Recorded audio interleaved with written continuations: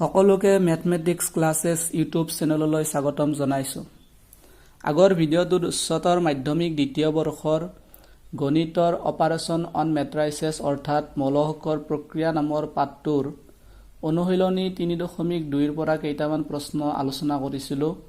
আজিৰ ভিডিঅ'টোত তাৰ পৰৱৰ্তী কেইটামান প্ৰশ্ন আলোচনা কৰিম। 19 নম্বৰ প্ৰশ্নটোত দিয়া আছে ট্ৰাষ্ট এটাই 30,000 টকা দুবিধ বণ্ডত খটুৱাব লাগে।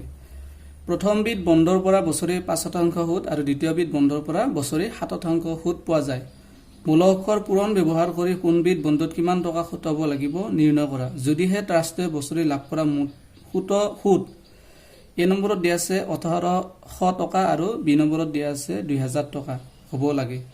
এতিয়া ইয়াতে 30,000 টকা দুটা বণ্ডত খটুৱাইছে ট্ৰাষ্টটোৱে। প্ৰথমবিধ বণ্ডত বছৰি সুদ 5% আৰু দ্বিতীয়বিধ বণ্ডৰ পৰা বছৰি 7% সুদ পায় আৰু মুঠ সুদ দিয়া আছে প্ৰথমটো বণ্ডৰ পৰা 1800 টকা আৰু দ্বিতীয়টো বণ্ডৰ পৰা 2000 টকা।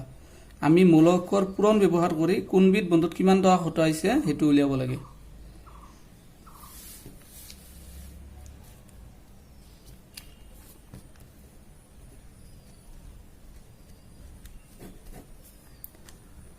ধৰা হল প্ৰথমবিধ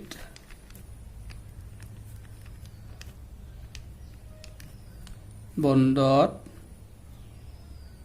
খটুৱাই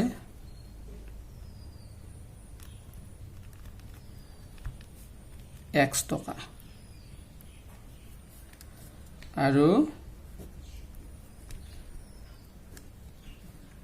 দ্বিতীয়বিধ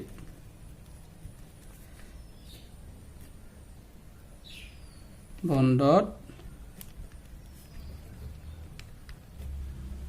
খটুৱাই মুঠ আছিল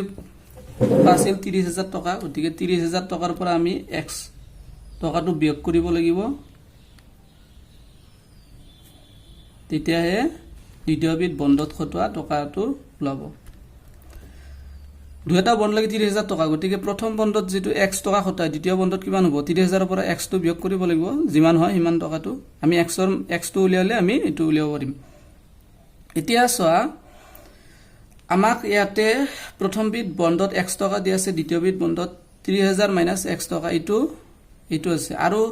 সুতৰ হাৰ দুটা দিয়া আছে, এটা হ'ল 5% সুদ, এটা হ'ল 7% সুদ। গতিকে ইয়াতে আমাক দুটা ইয়াতে দুটা যদি আমি মৌল হিচাপে ধৰো তেতিয়াহ'লে দুটা মৌল দিয়া আছে। এইটো যদি মৌল হিচাপে ধৰো ইয়াতে দুটা মৌল দিয়া আছে। এই দুটা মৌলৰ দ্বাৰা আমি এটা মৌলসূক্ষ গঠন কৰিব লাগে আৰু এই দুটা মৌলৰ দ্বাৰা এটা মৌলসূক্ষ গঠন কৰিব লাগে। আমাক কোৱা আছে মৌলসূক্ষৰ পূৰণ ব্যৱহাৰ কৰি আমি উলিয়াব লাগে। তাত মৌলসূক্ষৰ পূৰণ কৰাৰ পিছত আমি চাম তে ট্ৰাষ্টটোৱে মুঠ কিমান সুদ পায় 1800 টকা সুদ পায় এই নম্বৰটোত। ঠিক 1800টো এটা মৌল, গতিকে আমি এইটো যিটো মৌলসূক্ষ উলিয়াম আমি সেই মৌলসূক্ষটো 1800 টকাটো এটা মৌলক আমি এনেকুৱাকৈ আমি মৌলসূক্ষত সজাব পাৰোঁ, এটা শাৰী এটা স্তম্ভ, ইয়াৰ বাহিৰে বাকী নোৱাৰোঁ। ইয়াৰ ঘাত হ'ল 1/1। এতিয়া আমি যি দুটা মৌলসূক্ষ পূৰণ কৰিম সেই মৌলসূক্ষ দুটা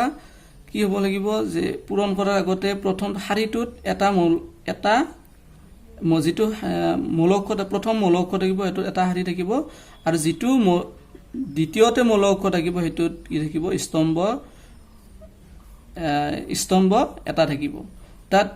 ইয়াতে যিয়ে নহওক ইয়াতে এয়া নহওক আৰু ইয়াতে এয়া নহওক এন কেঞ্চেল হৈ কি হ'ব 1/1 হ'ব। গতিকে আমি এই মৌলসূক্ষ দুটাক আমি এনেকৈ সজাম প্ৰশ্নমতে। এইটোক আমি মৌলসূক্ষত সজাম আমি X এটা মৌল আৰু এইটো এটা মৌল। গতিকে 30,000 মাইনাছ X এইটো এটা মৌল। আমি মৌলসূক্ষত সজালে আমি মৌলসূক্ষৰ চিনডাল ব্যৱহাৰ কৰিম। ইয়াৰ সৈতে সুতৰ হাৰটো কিমান আছিলে প্ৰথম বিধৰ কাৰণে 5% অৰ্থাৎ 5/100 আৰু দ্বিতীয় বিধৰ বাবে সুতৰ শতাংশ আছিলে 7/100। এইটো এটা মৌলসূক্ষ। এই দুটা পূৰণ কৰিলে কিমান টকা পাম আমি 1800 টকা। এইটোকো আমি মৌলসূক্ষ চিনৰ ভিতৰত আবদ্ধ কৰিম, অৰ্থাৎ আমাক মৌলসূক্ষৰ পূৰণ ব্যৱহাৰ কৰি উলিয়াব দিয়া হৈছে। এতিয়া চোৱা যদি আমি ইয়াক যদি আমি স্তম্ভত ব্যৱহাৰ কৰিলো স্তম্ভত ব্যৱহাৰ কৰিলে কি হলা হয় 2/1 হলা অৰ্থাৎ দুটা শাৰী হলা হয় এটা স্তম্ভ হলা হয় আৰু এইটো যদি আমি শাৰীত ব্যৱহাৰ কৰিলে হতেন তেতিয়া হলে আমি কি পালো হয় ইয়াতে এটা শাৰী পালো হতেন আৰু দুটা স্তম্ভ পালো হতেন তেতিয়া এই 1 কেনসেল হৈ যেটো পূৰণফল ওলালে হেতু 2/2 মৌলিক ওলালে হতেন কিন্তু ইয়াতে আমাক 1800 টো এটা শাৰী এটা স্তম্ভ আছে গতিকে এটো 1/1 গতিকে এইটো আমি তেনেকুৱাকৈ ব্যৱহাৰ কৰিব নোৱাৰো এটো আমি কিন্তু কৰিব পাৰো এটো যদি আমি ইয়াতে ব্যৱহাৰ কৰো প্ৰথমতে তেতিয়া হলে এটো আমি শাৰীত ব্যৱহাৰ কৰিম আৰু এটো দ্বিতীয়তে কলে স্তম্ভত ব্যৱহাৰ কৰিম চাই লও ভালকৈ একবাৰ এটোত এটা শাৰী আছে দুটা স্তম্ভ আছে গতিকে 2/1 আৰু এতে দুটা শাৰী আছে ইয়াতে এটা শাৰী আছে দুটা স্তম্ভ আছে 1/2 ইয়াতে দুটা শাৰী আছে এটা স্তম্ভ আছে 1/2 এই 2 টো কেনসেল হ'ব থাকিব কিমান 1/1 এটো 1/1 এটো মিলিব লাগিব এতিয়া আমি দুটা মৌলিকৰ পূৰণ কৰি দিলে হল এটো প্ৰথম শাৰী প্ৰথম স্তম্ভ এটোৰ লগত এটো পূৰণ হ'ব x * 5/100 প্লাস এটোৰ লগত এটো পূৰণ 30,000 minus x into 7/100 equal to so এটো এটা যেটো এইটো এটা মৌলিক পালো আমি এইটো এটা মৌলিক পালো এটা চোৱা এইটো মৌলিকত এটাই মৌল আছে এইটো গোটেইখিনি লগ লাগি এটা মৌল আৰু এতে এটা মৌল আছে তে এইটো মৌলিক আৰু এইটো মৌলিক সমান গতি এই দুটা মৌলিক কেতিয়া সমান হ'ব এই দুটা যেতিয়া অনুৰূপ মৌল দুটা সমান হ'ব অৰ্থাৎ এইটো মৌল এইটোৰ মৌলৰ সমান হ'ব যেহেতু মৌল কক্ষ দুটা সমান গতিকে সিহঁতৰ অনুৰূপ মৌলবোৰ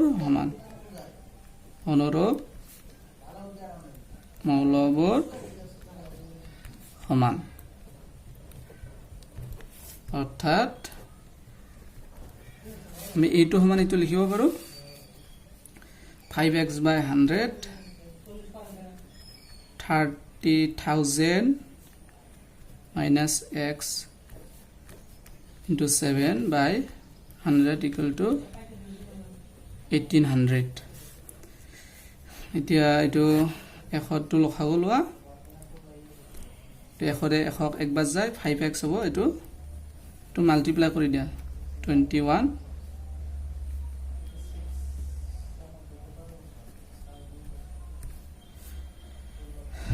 2,10,000 আৰু minus 7x equal to 1800 এতিয়া এটো কিমান হ'ব minus 2x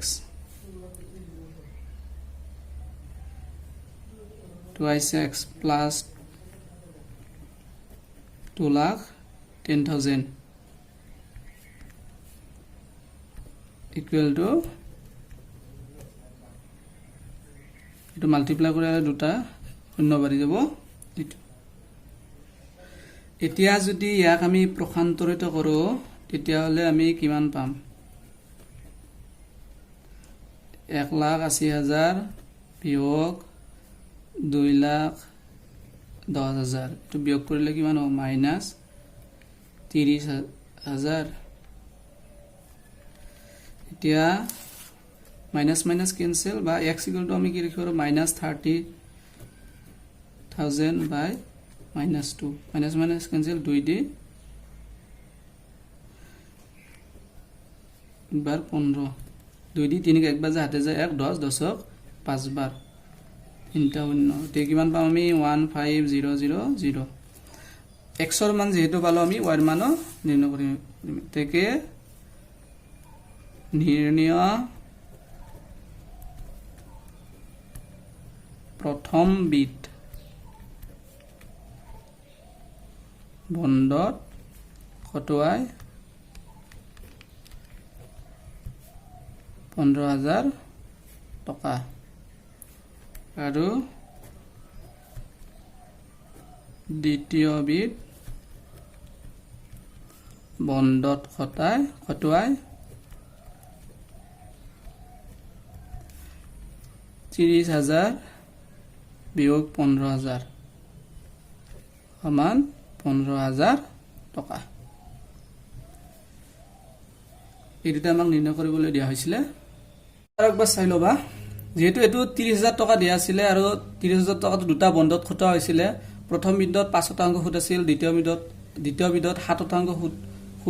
সুতৰ হাৰ আছিল বছৰি। মূলকৰ পূৰণ ব্যৱহাৰ কৰি আমি কোনটো বন্ধত কিমান টকা খটাইছিলে সেইটো উলিয়াব লাগে। কিন্তু আমাক দিয়া আছে যে প্ৰথম বিধত মুঠ সুদ লাভ কৰে 18,000 টকা, দ্বিতীয় বিধত মুঠ সুদ লাভ কৰে 2,000 টকা। এতিয়া আমি 19ৰ এই নম্বৰটো আমি সমাধান কৰিছিলোঁ। কেনেকৈ কৰিছিলোঁ, আমি ধৰি লৈছিলোঁ প্ৰথম বিধত x টকা খটাই আৰু দ্বিতীয় বিধত প্ৰথম বিধত x টকা খটালে দ্বিতীয় বিধত কিমান হ'ব, 30,000ৰ পৰা আমি x টো বিয়োগ কৰিব লাগিব, যিমান হ'ব সিমান টকা দ্বিতীয় বিধত খটায়, অৰ্থাৎ 30,000 মাইনাছ x টকা খটায়। এতিয়া প্ৰশ্ন মতে চোৱা, আমাক ইয়াতে দুটা মৌলৰ দ্বাৰা আমি মৌল অক্ষ গঠন কৰিব লাগে। এইটো আমি দুই ধৰণে মৌল অক্ষ গঠন কৰিব পাৰোঁ, দুটা শাৰী দুটা স্তম্ভ, এটা শাৰী দুটা স্তম্ভ বা দুটা শাৰী এটা স্তম্ভত সজাব পাৰোঁ। ঠিক তেনেকৈ এইটো সুতৰ হাতটোত দুটা মৌল দিয়া আছে, গতিকে এইটোকো আমি দুটা শাৰী এটা স্তম্ভ বা এটা শাৰী দুটা স্তম্ভ বা দুটা শাৰী এটা স্তম্ভত সজাব পাৰোঁ। এতিয়া আমি সজালে আমি কি চাব লাগিব যে যিহেতু আমাক সুতৰ মুঠ সুদ দিয়া আছে 18,000 টকা, 18,000 টকাটো এটাহে মৌল আছে, গতিকে আমি যিটো মৌল এই দুটা মৌলকৰ পূৰণ ফলটো কি হ'ব লাগিব, 1/1 হ'ব লাগিব, অৰ্থাৎ এটা শাৰী এটা স্তম্ভ হ'ব লাগিব। গতিকে আমি সেই দুটা কেনেকৈ কৰিব পাৰিম, 1/1 পাম আমি। প্ৰথম যিটো আমি মৌল অক্ষ থাকিব, সেই মৌল অক্ষটোৰ প্ৰথম শাৰীটোত এটাই শাৰী থাকিব, মৌল অক্ষটোত এটা শাৰী থাকিব, আৰু দ্বিতীয়তে যিটো মৌল অক্ষ ল'ম সেইটো মৌল অক্ষত মাত্ৰ এটা স্তম্ভ এটাহে থাকিব। তেতিয়াহে আমি এটা শাৰী এটা আমি যিটো পূৰণ ফলত যিটো পূৰণ কৰাৰ ফলত যিটো মৌল অক্ষ পাম সেইটোত এটা শাৰী এটা স্তম্ভ থাকিব। ইয়াৰ পিছত আমি পূৰণ কৰিছোঁ প্ৰথম শাৰীৰ সৈতে প্ৰথম স্তম্ভ, তো প্ৰথম শাৰীৰ সৈতে প্ৰথম স্তম্ভ পূৰণ কৰোঁতে আমি এইখিনি পাইছোঁ, এইটো মৌল অক্ষ পাইছোঁ, এইটো মৌল অক্ষ পাইছোঁ। এতিয়া এই দুটা মৌল অক্ষ যিটো সমান, গতিকে ইয়াৰ অনুৰূপ মৌল দুটা সমান, অৰ্থাৎ এইটো মৌলৰ সমান, ইয়াতে আমি এইটো লিখিছোঁ। ইয়াৰ পিছত আমি সমাধান কৰিছোঁ, সমাধান কৰাৰ ফলত আমি xৰ মান পাইছোঁ, অৰ্থাৎ প্ৰথম বিধ যিটো বন্ধত খটুৱা টকাটো পাইছিলোঁ কিমান, 15,000 টকা, আৰু দ্বিতীয় বিধত আমি উলিয়াব পাৰিম 30,000ৰ পৰা 15,000 বিয়োগ কৰিলে 15,000 টকা। 20 নম্বৰ প্ৰশ্নটো দিয়া আছে, এখন বিদ্যালয়ৰ কিতাপৰ দোকানত 10 ডজন ৰাসায়ন বিজ্ঞানৰ কিতাপ, 8 ডজন পদাৰ্থ বিজ্ঞানৰ কিতাপ আৰু 10 ডজন অৰ্থনীতিৰ কিতাপ আছে। কিতাপ কেইবিধ বিক্ৰী মূল্য যথাক্ৰমে 80 টকা, 60 টকা আৰু 40 টকা। মৌল অক্ষৰ বীজগণিত ব্যৱহাৰ কৰি আটাইবোৰ কিতাপ বিক্ৰী দোকানখনে মুঠ কিমান টকা পাব নিৰ্ণয় কৰা। চোৱা, আমাক ইয়াতে ৰাসায়ন বিজ্ঞানৰ কিতাপৰ সংখ্যা দিয়া আছে 10 ডজন, অৰ্থাৎ 1 ডজনত 12খনকৈ কিতাপ থাকে, অৰ্থাৎ 10 ডজনত 120খন কিতাপ আছে। ঠিক তেনেকৈ পদাৰ্থ বিজ্ঞানত 8 ডজন দিয়া আছে, অৰ্থনীতিত 10 ডজন দিয়া আছে, আৰু মূল্যও দিয়া আছে 80 টকা, 60 টকা আৰু 40 টকা। মৌল অক্ষৰ বীজগণিত ব্যৱহাৰ কৰি, আমাক এতিয়া ঐকিক নিয়ম বা ইউনিটাৰী মেথড ব্যৱহাৰ কৰিব দিয়া নাই, আমাক মৌল অক্ষৰ বীজগণিত ব্যৱহাৰ কৰি আটাইবোৰ কিতাপ বিক্ৰী কৰি দোকানখনে কিমান টকা পায় সেইটো আমাক নিৰ্ণয় কৰিবলৈ দিয়া হৈছে। দিয়া আছে ৰাসায়ন বিজ্ঞানৰ কিতাপৰ সংখ্যা, এতিয়া ৰাসায়ন বিজ্ঞানৰ কিতাপৰ সংখ্যা 10 ডজন দিয়া আছিলে, গতিকে এইটো কিমান হ'ব, 10 পূৰণ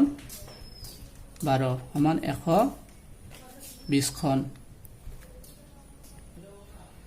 পদাৰ্থ বিজ্ঞানৰ কিতাপৰ সংখ্যা দিয়া আছিল 8 ডজন, গতিকে 8 পূৰণ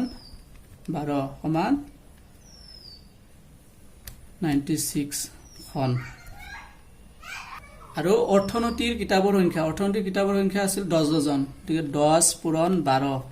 মান 120খন। আকৌ ৰাসায়ন বিজ্ঞান এখনৰ বিক্ৰী মূল্য 80 টকা। পদাৰ্থ বিজ্ঞান এখনৰ বিক্ৰী মূল্য 60 টকা আৰু অৰ্থনীতি এখনৰ বিক্ৰী মূল্য 40 টকা গতিকে দোকানখনে আটাইবোৰ কিতাপ বিক্ৰী কৰি মুঠ টকা পাব আমি এই ৰাসায়নিক বিজ্ঞানৰ কিতাপৰ সংখ্যা এটো এটা মূল আৰু পদাৰ্থ বিজ্ঞানৰ কিতাপৰ সংখ্যা এটো এটা মূল আৰু অৰ্থনীতি কিতাপৰ সংখ্যা এটো এটা মূল ধৰি তিনিটা মূলৰ দ্বাৰা এটা মূল অক্ষ গঠন কৰিম এটো আমি শাৰী হিচাপে লম শাৰী সাপেক্ষে 120 ৰাসায়নিক বিজ্ঞানৰ কিতাপৰ সংখ্যা 120 আছিল পদাৰ্থ বিজ্ঞানৰ কিতাপৰ সংখ্যা 96 আছিল আৰু অৰ্থনীতি কিতাপৰ সংখ্যা আছিল 120 আৰু এই ৰাসায়নিক বিজ্ঞানৰ কিতাপৰ মূল্য 80 টকা এই 80 তাৰছত পদাৰ্থ বিজ্ঞানৰ বিক্ৰী মূল্য আৰু অৰ্থনীতিৰ বিক্ৰী মূল্য এই কেইটাক আমি এই তিনিটা মূলৰ দ্বাৰা আমি এটা মূল অক্ষ গঠন কৰিম যেটো স্তম্ভ মূল অক্ষ এটো 80 টকা আছিল দাম পদাৰ্থ বিজ্ঞানৰ 60 টকা আৰু অৰ্থনীতিৰ 40 টকা তো এই কিতাপ পূৰণ কৰিলে যিমান হ'ব হিমানে হ'ব এই আটাইবোৰ কিতাপ বিক্ৰী কৰি পোৱা দোকানখনে পোৱা মুঠ টকা এতিয়া আমি এটো শাৰীৰ সৈতে এটো স্তম্ভ পূৰণ কৰিম 120 পূৰণ 80 যোগ 96 into 60 plus 120 into 40 অৰ্থাৎ প্ৰথম শাৰীৰ সৈতে প্ৰথম স্তম্ভ এটো মূল সৈতে এটো মূল যোগ এটো মূলৰ সৈতে এটো মূল যোগ এটো মূলৰ সৈতে এটো মূল এটো 8 2 গুণ 16 16 6 হাতে গেল 1 8 গুণ 8 কে 9 এতে এটা শূন্য দুটা শূন্য আৰু এতে 6 গুণ 34 হাতে গেল 3 6 9 গুণ 54 হাতে 3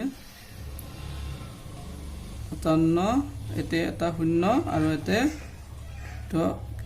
4 2 গুণ 8 আৰু 4 গুণ 48 দুটা শূন্য আৰু আমি এটো যোগ কৰো আমি কিমান পাম 21160 তো টকা পৰৱৰ্তী প্ৰশ্ন দুটা একেলগে দিয়া আছে x y z w আৰু p যথাক্ৰমে 2/n 3/k 2/p 3/n আৰু p/k ঘাতৰ মূল অক্ষ তলত দিয়া প্ৰশ্নৰ উত্তৰ শুদ্ধ উত্তৰ নিৰ্ণয় কৰা এটো প্ৰশ্নৰ চাৰিটা উত্তৰ দিয়া আছে ইয়াৰ পৰা আমি শুদ্ধ উত্তৰটো বাছি ল'ব লাগে এটো প্ৰশ্নৰ চাৰিটা উত্তৰ দিয়া আছে ইয়াৰ পৰা আমি শুদ্ধ উত্তৰটো বাছি ল'ব লাগে তাৰপিছত x মূল অক্ষৰ ঘাত দিয়া আছে 2/n y মূল অক্ষৰ ঘাত দিয়া আছে 3/k আৰু z মূল অক্ষৰ ঘাত দিয়া আছে 2/p w মূল অক্ষৰ ঘাত দিয়া আছে n/3 আৰু p মূল অক্ষৰ ঘাত দিয়া আছে p/k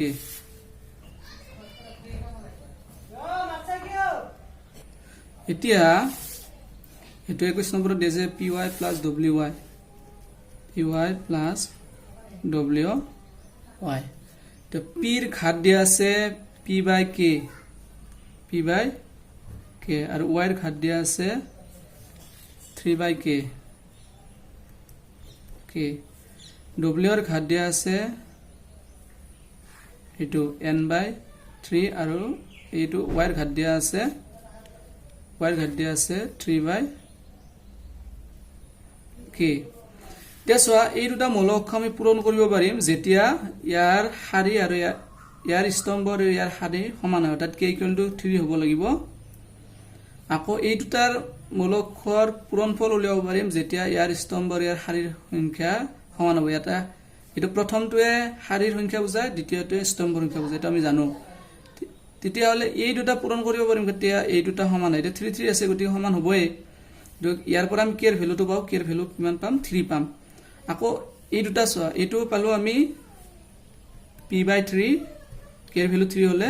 3/k ৰ ভ্যালু 3 পালো গতি 3/3 আৰু এইটো w টো পালো n/3 3/k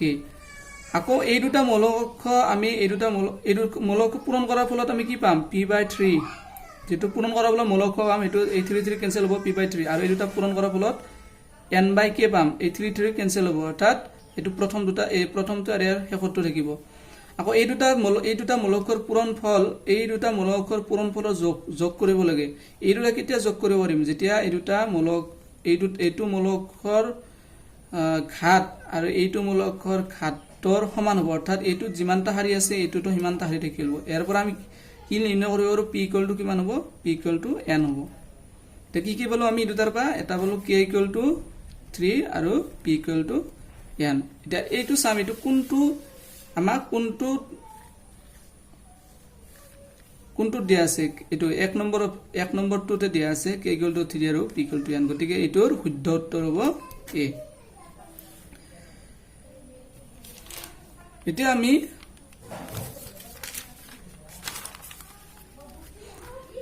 22 নম্বৰ সমাধানটো কৰিম n = p দিয়া আছে 7x আৰু 7x - 5z ৰ ঘাত হ'ব x ৰ ঘাত যিমান হ'ব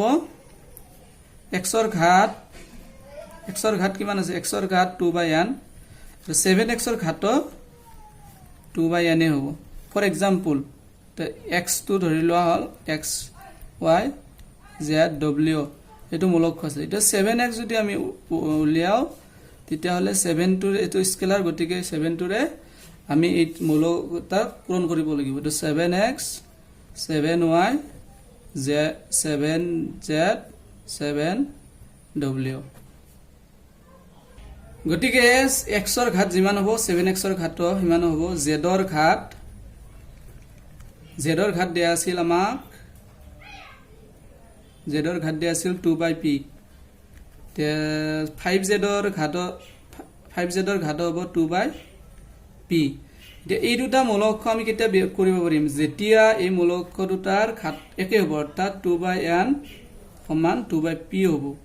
তেতিয়া একে ঘাত দুটা যদি একে হয় তেতিয়া হলে আমি দুটা মূলকৰ বিয়োগফল নিৰ্ণয় কৰিব পাৰিম অৰ্থাৎ n = আমি কিমান পাম n = p পাম অৰ্থাৎ ইয়াৰ পৰা আমি উলিয়াব পাৰো এটো চোৱা n ৰ মান কি পালো আমি p পালো এতিয়া হলে আমাৰ ইয়াৰ ঘাত কিমান হ'ব হয় 2/p হ'ব এটা n ৰ ভ্যালু যদি p বহাই দিয়া 2/p হ'ব এটা 2/p আছে না চাইলাম নাইবা n ৰ ভ্যালু আমি p বহাই দিব পাৰো 2/n হ'ব বা n = p বহাব পাৰো বা p = n বহাব পাৰো এই দুটাৰ যিকোনো এটা হ'ব 2/p ক'ত আছে আমি চাইলাম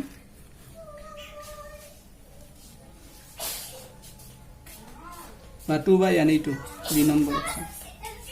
আশা কৰো আজিৰ ভিডিঅ'টোত আলোচনা কৰা প্ৰশ্ন 4টাৰ সমাধান তোমালোকে বুজি পাইছা বুজি পালে ভিডিঅ'টো লাইক কৰিবা শেয়াৰ কৰিবা আৰু কিবা জানিব লগিয়া থাকিলে কমেন্ট বক্সত কমেন্ট কৰি জনাবা আৰু পৰৱৰ্তী ভিডিঅ'সমূহ পাই থাকিবলৈ চেনেলটো সাবস্ক্ৰাইব কৰি বেল আইকনটো প্ৰেছ কৰিবা আজিৰ ভিডিঅ'টো ইমানতে শেষ কৰিছো থ্যাংক ইউ